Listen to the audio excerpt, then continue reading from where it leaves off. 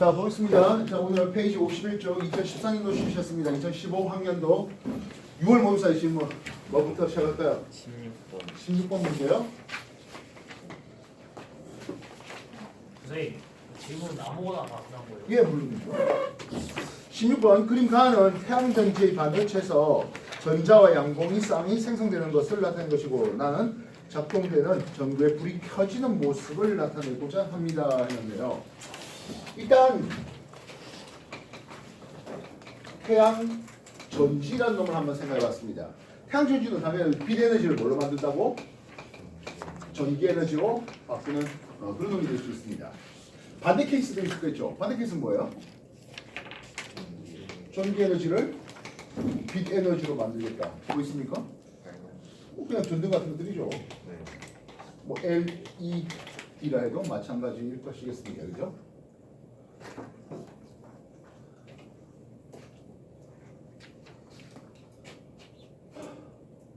그래서 태양전지의 반도체에서 전자와 양봉이 쌍이 만들어진다 했네요. 원자가 띠에 있던 전자가 전도띠로 올라간 것을 생각하고 있는 겁니다. 기억 그림 가에서 띠간격 띠틈보다 작은 에너지를 가진 빛은 했습니다. 예, 올리지 못한다는 거죠. 여기가 원자가 띠 전자가 있을 수 있는데 에너지가 가장 높은 에너지 레벨이 있는 것을 원자가 띠라는 이름을 씁니다. 여기를 전도띠라는 이름을 썼네요. 전도띠는 전자가 있을 수 있는 에너지 레벨이나 아직 전자가 없는 상태입니다. 그래서 이 간격을 이틈 간격이라는 이름을 쓴다 했죠. 이 T틈 간격이 매우 커서 전자가 올라가기가 좀 많이 힘들거든 하면 부도체라는 이름을 쓰겠고요. 그럭저럭 좀 올라갈 만하잖아 라고 한다면 즉 빛에 의해서 올라간다든지 압력에 의해서 올라간다든지 할 수 있겠다 하는 것들을 우리는 반도체라는 이름을 쓰게 됩니다.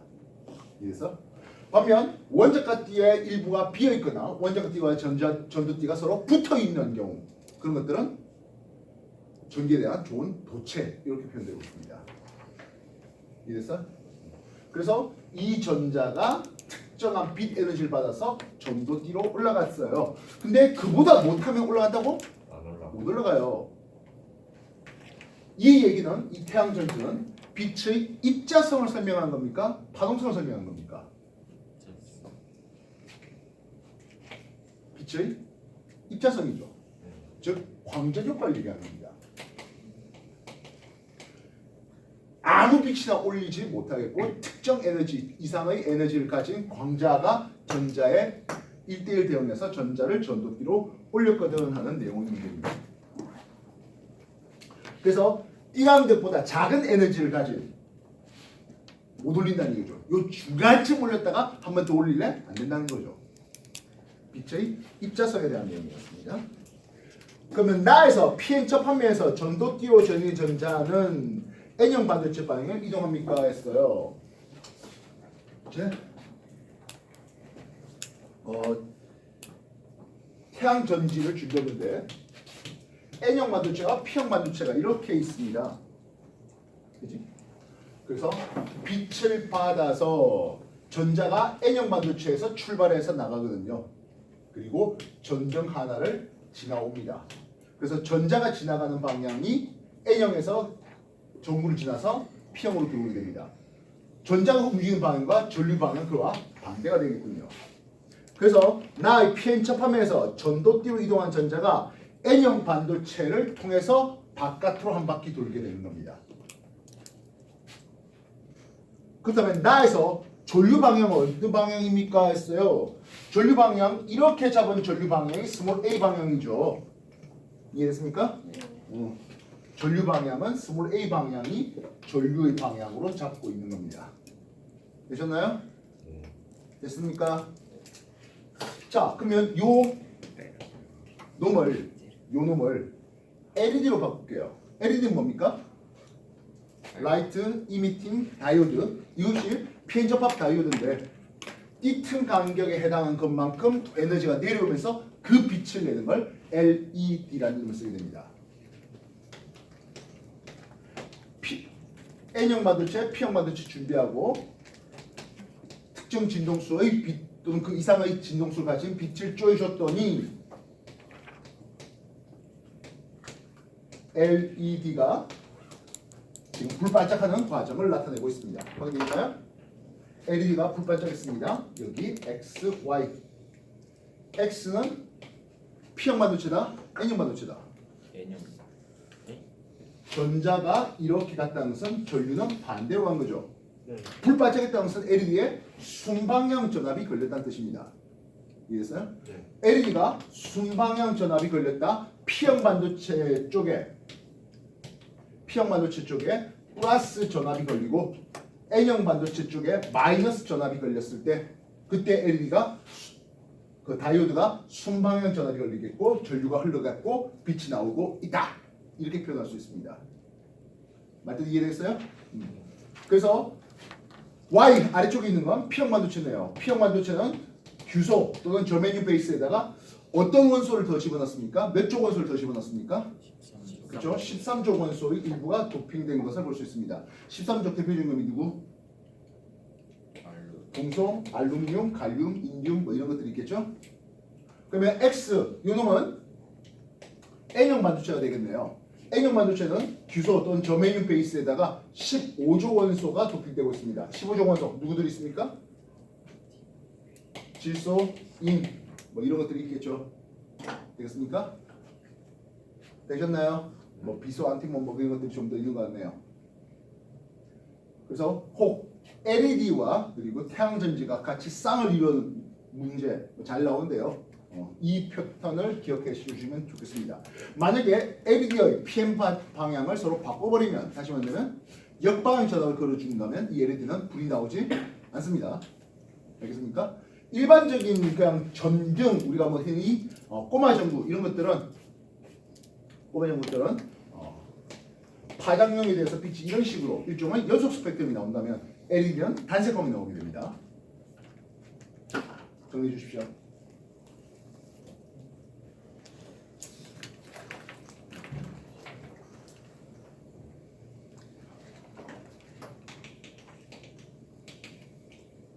그래서 세 가지 LED가 있으면은 우리가 원하는 총 천색 컬러를 다 만들 수 있죠. 세 가지 LED는 그래서 붉은색 LED, 초록색 LED, 그리고 파란색 LED 그렇게 있으면 되겠네요. 그 세 개 LED를 모아놓으면 우리 이것을 화소 또는 픽셀이라는 게 있습니다.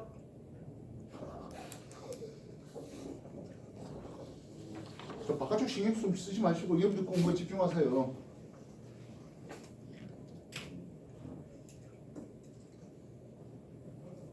자, 16번 광전 효과를 이용한 태양전지. 그래서 빛의 입자성에 대한 내용이었었습니다. 또 다른 질문 뭐 해볼까요? 12번. 12번 문제예요.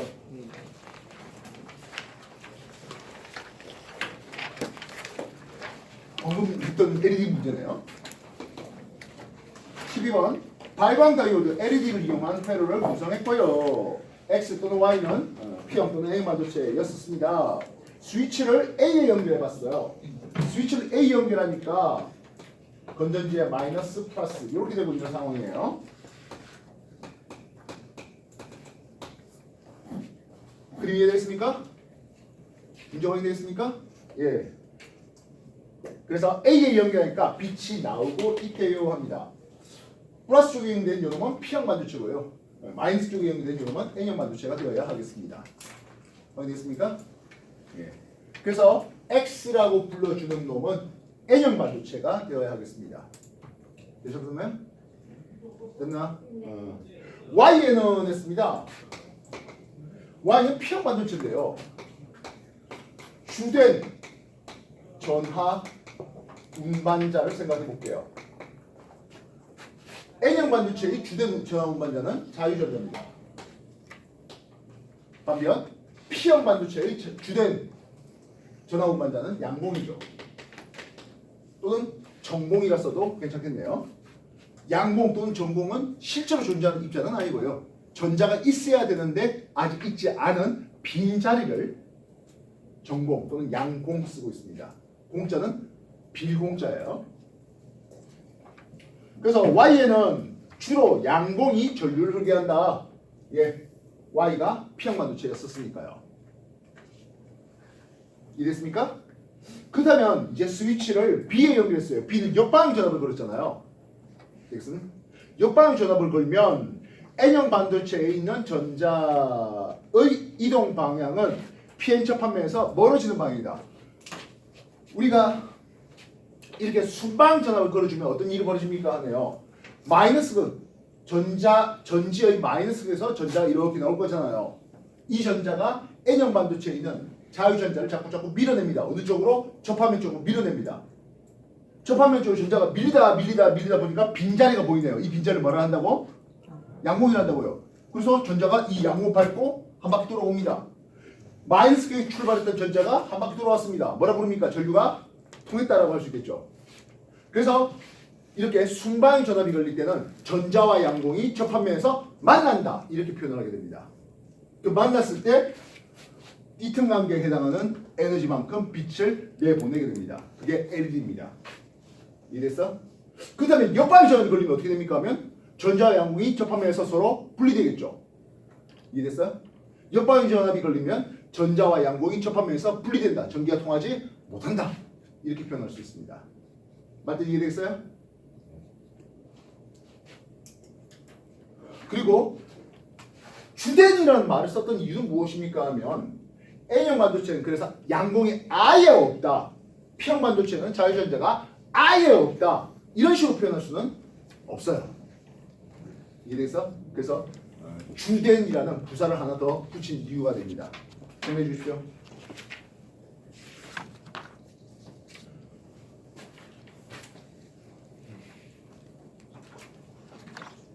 그래서 앞에서 한번 소개가 됐던 건데요. N형 반도체는 14조 규소 또는 저메늄 베이스에다가 누구 들어온다고? 몇 조 원소가 더 들어온다고? 15조 원소가 더 들어와요. 이해됐어요? 그래서 질소, 인, 비소, 안티몬 이런 것들이 더 들어와요. P형 반도체는 14조 규소 또는 저메늄 베이스에다가 13조 원소가 더 들어와요. 붕소, 알루미늄, 갈륨, 인듐 이런 것들이 더 들어와요. 이해됐음?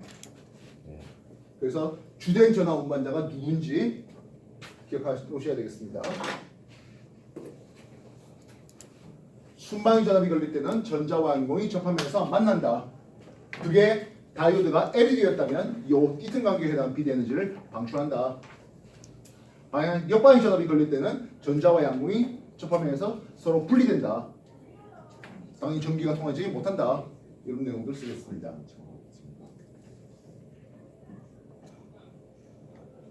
되셨어요?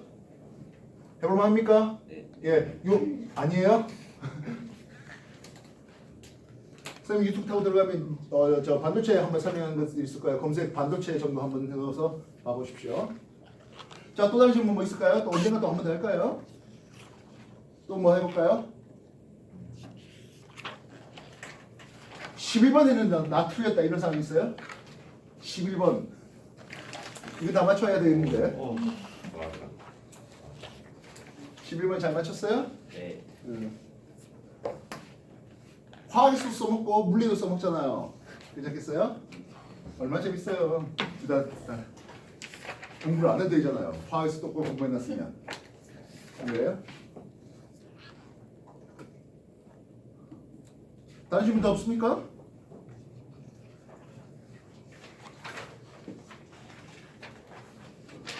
다른 질문 더 없나요?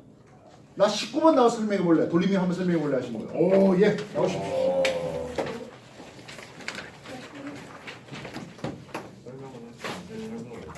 뭐 어때요? 네. 나와서 해보세요. 19번입니다. 돌림님이네요. 뭐죠? 저기 세상의 지혜에 바로 할 수 있겠어. 예. 멋지다. 자, 19번 설명한답니다. 봐보시죠. 그 가에서는 제가 이렇게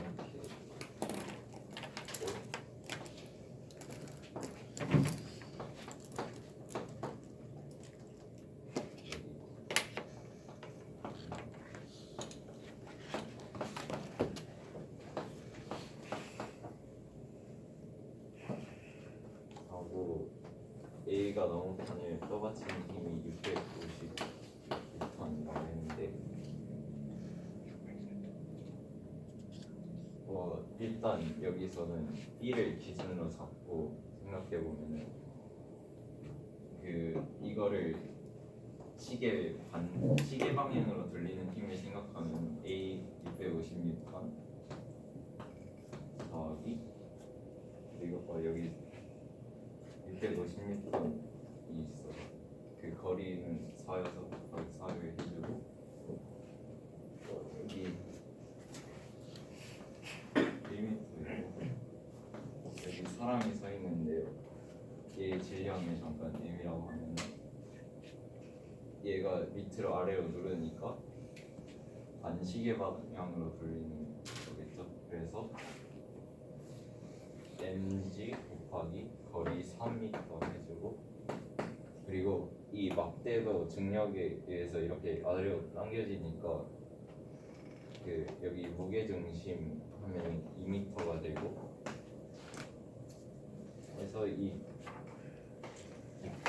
막대의 무게 40 곱하기 중력 가속도 g 곱하기 거리 2m가 되고 이렇게 10 사라지면 260은 3m 플러스 80이 되고 m은 60이 되고 그래서 이 사람의 질량은 60kg 나에서 이렇게 A가 있고 B가 이 지점에서 X만큼 떨어져 있어요. 사람이 여기 서 있어요. 그러면은 이번에도 여기를 B를 기준으로 잡고 생각을 해보면 일단 얘가 X가 최대가 되려면은 얘가 떠받쳐주는 힘이 없고 이 막대가 내려가려는 힘이랑 이 사람이 눌러주는 힘이랑 같아야 돼가지고 이게 무게중심 2m니까 2-x 곱하기 막대의 무게 m이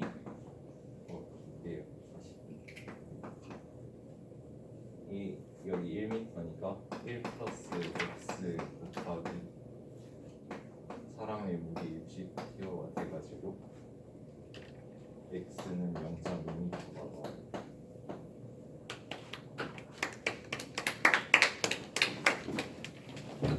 네, 지금은 돌림힘에 대한 내용을 소개되고 있습니다. 토크 돌림힘입니다.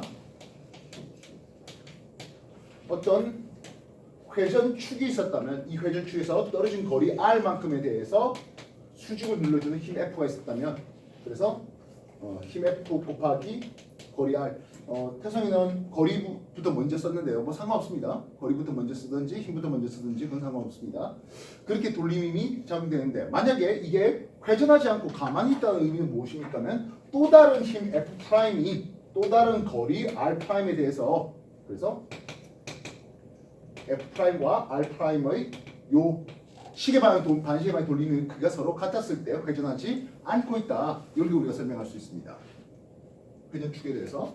그리고 그 회전축은 뭐 우리가 어느 지점을 잡아도 좋은데 기왕이면 좀 산수 계산에 좀 용이한 점을 찾는 거. 그게 이제 이 돌림힘 푸는 문제의 핵심이 되고 있네요. 받침점 AB가 있었고 철수가 있었고 그리고 막대기가 있었습니다. 이에 가만히 정지해 있는 상태이고 받침점 A가 떠받친 힘이 650N이었는데요. 철수의 질량에 대한 정보가 없어요. 그래서 철수의 질량을 구하려고 하는 첫 번째 단계가 있었어야 되겠다는 거죠. 이해됐습니까?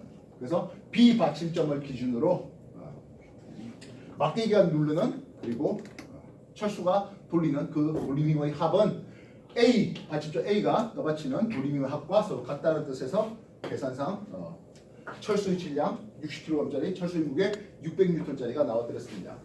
그런 뒤에 이제 철수가 이 막대의 맨 오른쪽 끝으로 갔답니다. 그리고 B 막대를 살짝 움직였네요. 어디까지 움직일 수 있겠습니까? 하는 거예요. 그거 기준선보다 더 넘어가 버리면 B막들 기준으로 이렇게 돌아갈 거라 생각됩니다. 다시 말하면 A 쪽에는 받치는 힘이 존재하지 않겠다는 거죠. 예, 역시 마찬가지 요 놈을 기준으로 시계 방향 돌림힘 그건 철수에 대한 거였고 반시계 방향 돌림힘 막대기의 무게에 의한 돌림힘이 되겠네요. 예, 그것들이 서로 같게 될 수 있는 최대 x를 구해는 이런 문제였었습니다. 아직 돌림힘이 좀 어색할 수도 있겠습니다만은 돌림힘은 우리가 파동 끝나고 나서 지금 파동하고 있는 정규 수업에 파동하고 있는 것에 한 4주 뭐 그 정도쯤 되면은 돌림이 한 번 더 나오게 될 겁니다. 그때 한 번 더 가르칠 수 있도록 하겠습니다. 일단 입시물리에서 계속 이런 돌림이 나오는데요. 뭐 앞에 거 동영상들 뒤져보면서 돌림 문제들 찾아내시면 되겠고 오늘 수업의 후미에 오천 양이 또 다른 돌림 문제를 한 번 더 풀이를 보여준다고 하니까 또 그때 또 집중 가지고 봐주시면 좋겠습니다. 자, 6월 문제에서 4번 한번 볼까요? 지난주 우리 지난번 공부할 때는 뭡니까? 파동을 공부했잖아요. 파동. 그지? 그래서 파동의 요소로서 진동수라든지 진폭이라든지 뭐 또는 주기, 파동의 속도 뭐 이런 것들을 나타냈습니다. 그지? 그러면서 우리가 음의 3요소라고 한다면 음파의 3요소, 음의 3요소, 소리의 3요소 뭐였습니까? 소리의 높이가 있습니다. 이건 진동수입니다. 진동수가 크다, 고음이다 하는 거고 진동수가 작다, 저음이다 하는 거죠. 소리 크기, 이건 진폭, 앰플리튜드입니다. 진폭이 크다, 큰 소리가 났다. 진폭이 작다, 작은 소리가 났잖아. 소리가 작잖아. 이렇게 표현됩니다. 그 소리의 크기의 단위가 있을 것 같은데요. 뭐예요? 데시벨이죠. 참고로 데시벨 할 때 이 데시는 무엇을 뜻하는 말일까요? 데시. 이건 10의 마이너스 1승 0.1을 뜻합니다. 요즘에는 거의 쓸 일이 없습니다만 데시리터라는 단위가 있어요. 0.1리터를 얘기하는 거예요. 100ml를 뜻하는 거예요. 100ml가 기본 되는 거는 아무래도 혈액이죠. 여러분들 혈당 얘기하잖아요. 혈당. 혈당, 공복 혈당이 100보다 넘어가면 뭡니까? 당뇨의 위험이 있다 뭐 이런 식으로 얘기할 때 그게 100ml당 또는 0.1리터당 1데시리터당 100mg의 혈당 그보다 더 이상이 되면 공복 혈당이 되면 좀 위험한데 이런 얘기를 하는 겁니다. 데시. 4번 문제 푸르타 손. 아직 안 푸르타가 좀 많네요. 자 나와서 4번 문제 설명할게요. 안 돼요, 안 돼요. 왜요? 안 돼요. 안 돼요? 네. 자 4번 문제 한번 볼게요. 뭐라 되어 있습니까? 세 가지 소리 A, B, C를 들을 때요. 압력의 변화를 시간에 따라서 나타냈지요 했습니다. 시간에 따라서 A는 어떤 식으로 변했습니까? 하면 이런 식으로 A가 변한 것 같습니다. 요게 A 파형입니다. 되겠습니까? 됐나? 그럼 B는 어떻습니까? 한데요. B는 요렇게 된 게 B네요. 그럼 A하고 B를 비교해 볼 때 B가 진폭이 더 크네요. 진폭이 B가 더 커요. 즉 A보다 B가 뭐하다? 더 큰 소리예요 하겠습니다. 단 진동수 어떻습니까? 같죠? 주기도 같고 진동수 주기 같으니까 당연히 진동수가 같았죠. 그래서 소리의 높이, 진동수는 똑같은 상태였습니다. 그렇다면 C는 어때요? C는 이런 그림이 나오는 것 같은데 맞나요? 네. C는 진동수가 A보다 2배 더 크죠. 네. 프리퀀시 진동수를 얘기합니다. 주파수를 얘기하는데 이건 A하고 C를 볼 때 C가 더 큽니다. C가 진동수가 2배 더 큽니다. 주기가 반절됐으니까요. 그래서 2배 더 높은 고음이다 이렇게 쓸 수 있습니다. 이해됐어요? 네. 그저께 우리 화요일날 물리 공부해봤잖아, 그지? 네. 그래서 기억 소리의 크기를 물었습니다. 진폭을 가지고 소리의 크기에 대한 정보가 나오는 거죠. 진동수에 대해서는 높이라는 의미를 부여할 수 있겠다고요. 그래서 소리의 크기는 B가 더 컸다. 되겠습니까? 소리의 높낮이는 어차피 뭐 A나 B나 같은 거죠. B하고 C를 비교해 볼 때 B가 더 높다? C가 더 높죠. 이해됐습니까? 그리고 진동수가 2배 되잖아. 이걸 나중에 한 옥타브가 더 크다, 더 높다 이렇게 표현할 수 있습니다. 맞죠? 이해됐어요? 다음 소리의 회절을 물었네요. 회절은 지난 물리 시간에 막판에 아마 얘기했던 것 같습니다. 회절이 잘 되려면 파장이 길어야 됩니다. 파장이 긴 놈은 점이다, 곰이다. 점이죠. 이해됐어요? 회절이 잘 되는 놈은 점이에요. 그래서 A가 점으로서 회절이 잘 된다. C는 회절이 좀 덜 된다. 이렇게 할 수 있죠. 구분되겠습니까? 회절이 잘 되기 위해서 파장이 길어야 되겠고 음파라면 회절이 잘 되려면 그러면 이제 저음이 되어야 된다. 파장이 길은 것이니까. 이해됐어요? 조금 더 오버합시다.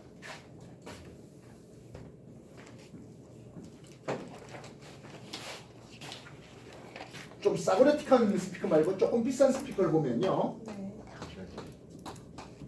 스피커 콘이 이렇게 2개 또는 그 이상으로 준비되어 있습니다. 기역과 니은 누가 고음용 스피커일까요? 예, 기역이 고음용 됩니다. 고음용은 진동수가 커요, 파장은 짧아요. 그래서 회전이 상대적으로 잘 안 돼요. 회전이 잘 안 되니까 회전이 잘 되기 위한 두 번째 조건이 있었죠. 뭐요? 슬립폭을 좁혀야 되겠습니다. 그래서 고음용 스피커는 콘이 작습니다. 반대로 저음용 스피커는 콘이 더 큰 것을 볼 수 있죠. 이해됐어요? 그러면 음파 발생하는데 자 코일이 이렇게 있어요. 스피커가 이렇게 코일에 직렬되어 있네요. 스피커와 코일이 직렬되어 있습니다. 이거는 기역입니까? 니은입니까?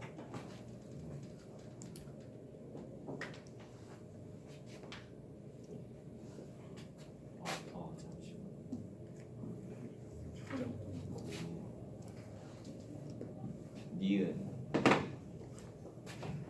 요 코일은 XL 유도 리액턴스라 해서 저항 효과가 있겠는데요. 얘는 2파이 FL. 그래서 진동수가 크면 얘는 진동수가 큰 고음은 제거하는 효과가 있습니다. 오히려 진동수가 작은 저음은 통과시키죠. 이건 저음용 스피커에 연결된 겁니다. 이해됐습니까? 그래서 이 스피커는 니은 쪽입니다. 다시요. 축전기 콘덴서의 스피커가 이렇게 직접 직렬 연결된 것을 볼 수 있습니다. 이 놈은 기역 스피커입니까? 니은 스피커입니까? 기역. 예, 이 놈은 XC 용량 리액턴스라는 이름을 쓰는데요. 얘는 2파이 FC분의 1 되고 있습니다. 그래서 진동수가 커버리면 저항 효과가 줄어들어요. 진동수가 큰 고음은 잘 통과시키는 역할을 해줄 수 있겠고요. 반면 진동수가 작은 저음은 오히려 제거하는 역할을 해줄 수 있습니다. 예, 그래서 이 스피커는 고음용 스피커가 되겠네요. 기업용이 되겠습니다. 그럼 나중에 이제 요 코일을 병렬 또는 콘덴서를 또 병렬하면 또 서로 또 반대가 되는 거예요. 효과 이해됐습니까? 예, 정리해 주십시오.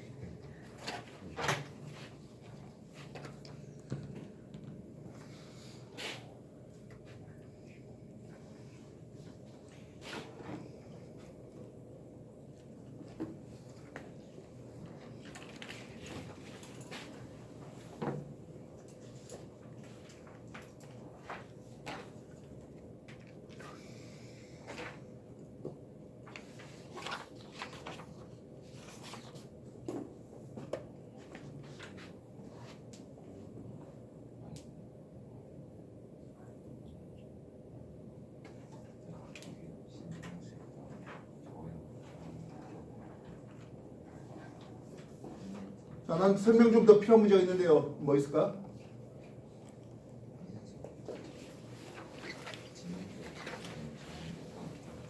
없어요? 6월 정도는 다 풀만합니까?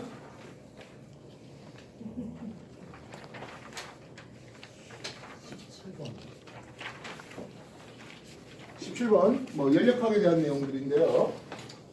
자, 17번 나 한번 풀어볼래요? 하는 사람. 예, 기본. 멋있다. 되나? 진짜 쉽긴 한데. 그래야 되겠죠? 예, 해주십시오.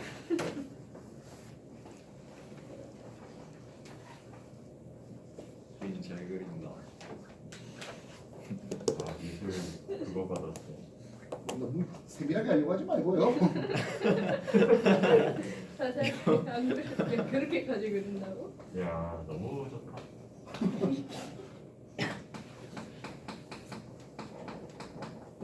스위치 왜 그리?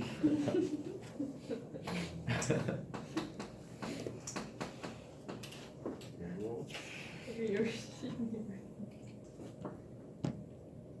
어머 오 드르르 드르르 좋지 않은 좋지 않은 정신. 이렇게 돼 있고 여기 있던 게 이렇게 됐다. 슈를 하나 그리고 아주 적당히 해요. 시간 다 잡아보려고 했어요. 이렇게 하는데 다음 주에 얘기 안 시켜야 되겠다. 이렇게 있고 여기는 대충 그릴게요. 야, 야 전원도 없잖아. 그건 좀 그려줘. 아이 지금. 전원도 없네. 여기도 수가 있었는데 올라간 거잖아요. 예. 기억을 보면은 이게 가구나. 이 나인데, 그러니까 가에서 기체 내부 에너지 증가량은 Q이다. 자, Q는 델타 U 플러스 W인데 이게 이제 한 1이고 이거는 내부 에너지고 열량인데. 부피가 일정하다는 얘기는 얘가 0이라는 얘기예요. 외부로 일을 하지 않아서 부피가 일정한데 Q를 여기 Q만큼 주어졌으니까 요 내부 에너지 증가량이 Q로 이렇게 되기 때문에 기억은 맞고요. 나에서 네 Q는 U 플러스 W인데 여기서 Q를 줬을 때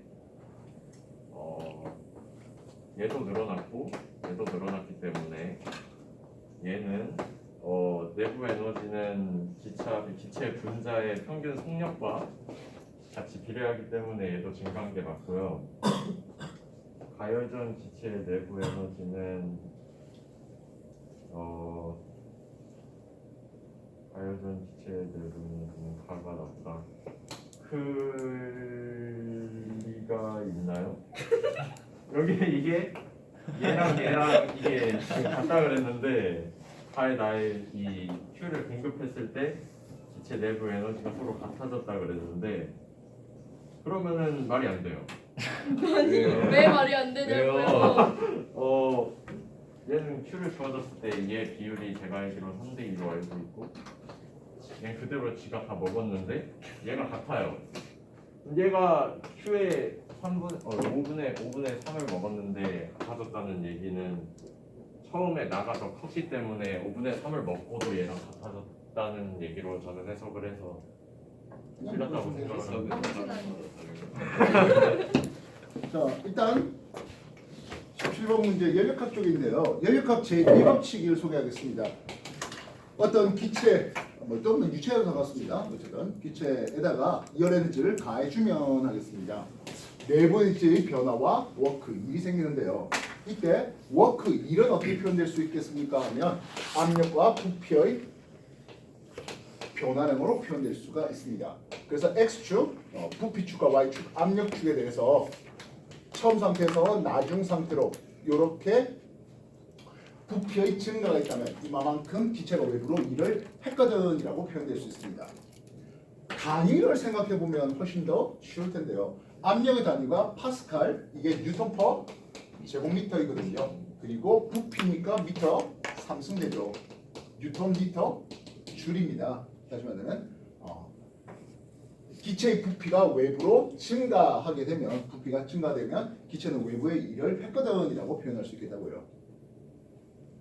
그리고 내부 에너지는 분자의 개수하고 온도에 비례되는데요. 이때 보통 일정량의 기체를 제시하기 때문에 분자의 개수는 대부분 문제에서 동일하게 주어집니다. 즉 중간에 분자의 개수가 늘어난다든지 감소한다든지 그런 경우는 일단 물리원에서는 없습니다. 이해됐습니까? 가는 어떤 상태입니까? 하는데요. 부피가 일정한 하고 있습니다. 그래서 가는 등적 상태, 적은 부피를 뜻하는 말인데요. 등적 상태에서 가열했습니다.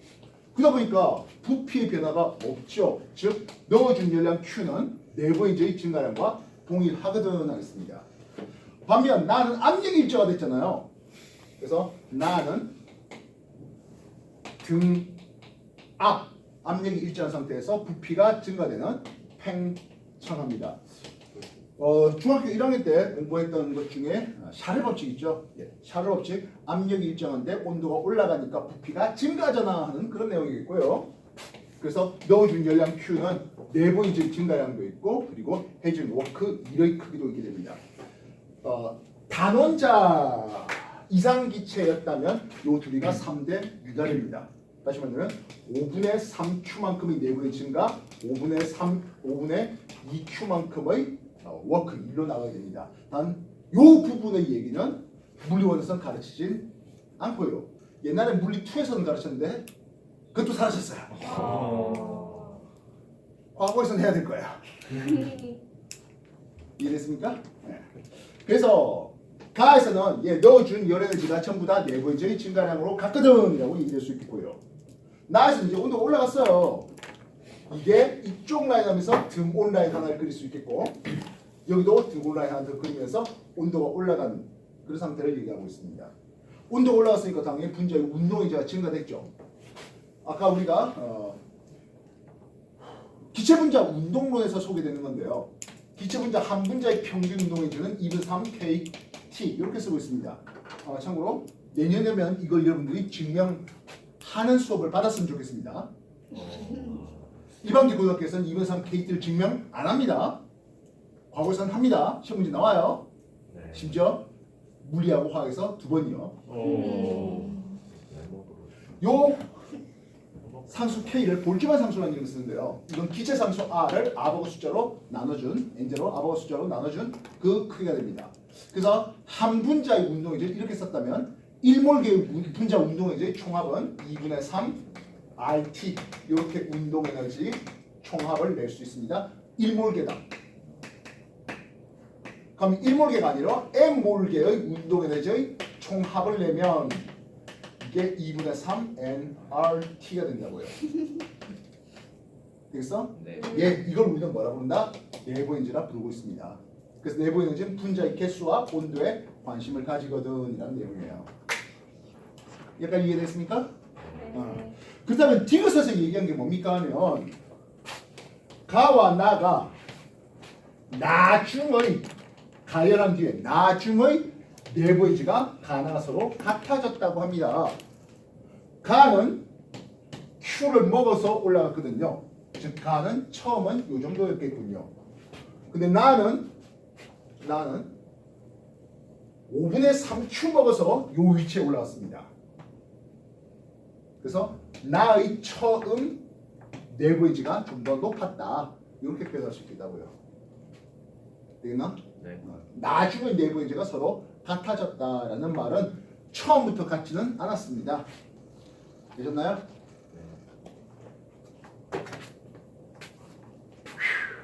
정리해 주십시오.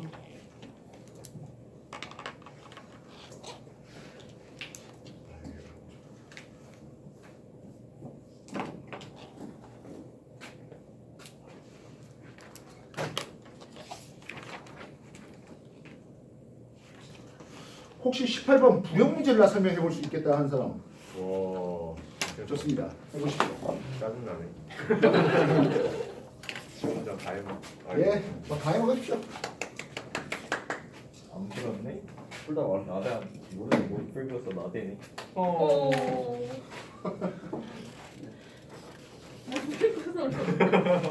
참고로 어떻게 나 18번 우리가 F 부력의 크기는 어떻게 계산됩니까 하면 유체 밀도 로우의 지구 중력가수 V 그리고 잠긴 부피 V를 생각하고 있습니다. 뭐 이런 식으로 됐을 때 잠긴 부피만 계산하는 거예요. 떠 있는 전체 부피 말고요. 뭔가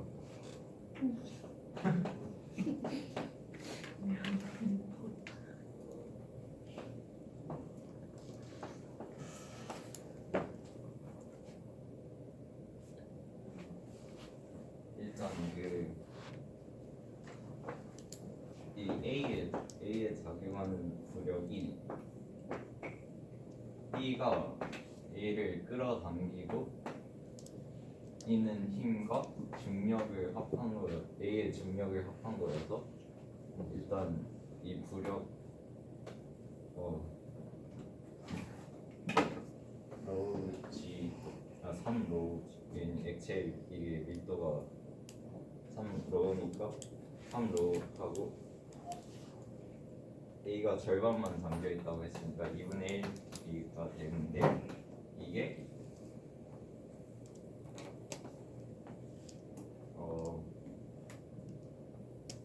일단 B에 부력도 있으니까 이걸 잠깐 FB라고 하고 B의 중력이 4mg에다가 A의 중력 mg 마이너스 FB가 되겠죠.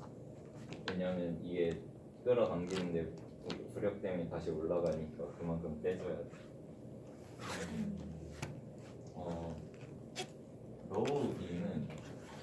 로우는 부피분의 질량이니까 로우 B는 그냥 m이에요. 그래서 얘네 둘은 m이 돼서 3m 2분의 3 mg가 5mg 마이너스 FB가 돼요. 그래서 FB는 2분의 7 mg가 돼요.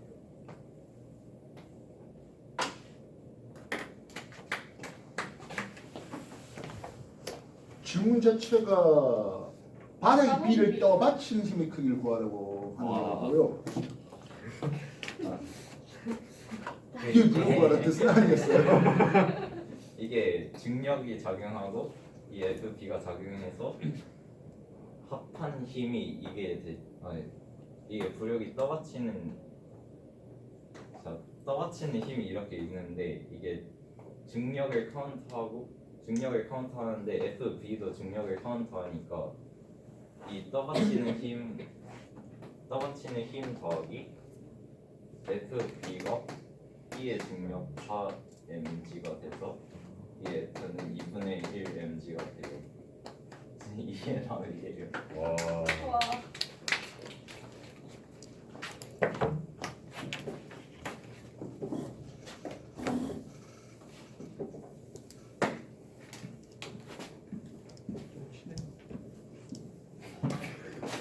부력도 우리가 한 5주 정도 후에 부력을 공부할 날이 올 겁니다. 지금 당장 부력 뭔미해도 조금은 좀 오늘 여기 간단히 정리한 걸로 좀 만족해 주시면 좋겠습니다. 우리가 유체에 물체를 담갔을 때 그 물체가 유체로부터 떠받쳐지는 힘을 우리는 부력이라고 하는데요. 그래서 F 부력의 크기는 유체 밀도 로우, 유체 밀도 로우가 됩니다. G는 지구 중력가 수도가 되겠고 잠기 부피 V를 생각할 수 있습니다. 물체가 완전히 잠겨 있다면 그 V 전체를 다 쓰면 되겠는데 그렇지 않고 뭐 반절만 잠겨 있다면 2분의 V 이런 것만 잡아내시면 되겠다고요. 이해됐습니까? 그래서 이렇게 완전히 떠 있는 물체는 하고 있습니다. 떠 있는 물체는 당연히 중력이 적용되겠죠. 그래서 A라는 물체의 질량을 M이라고 합시다. 그러면 mg만큼의 중력이 있습니다. 되겠나요? 근데 그놈을 위로 떠받치는 F 부력이 있겠단 말이죠. F 부력이 얼마 나와? 로 G. 자, A의 전체 부피를 V라고 해봅시다. 전체를 부피를 V라고 한다면 요 잠긴 부피는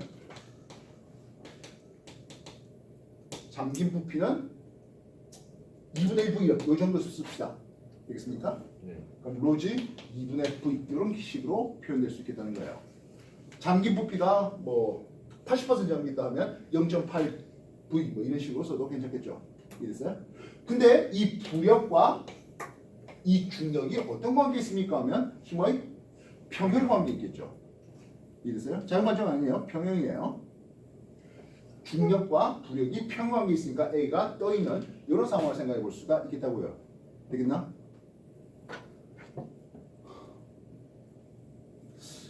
스몰 m을 생각해 봤습니다. 이 스몰 m은 물체의 질량입니다.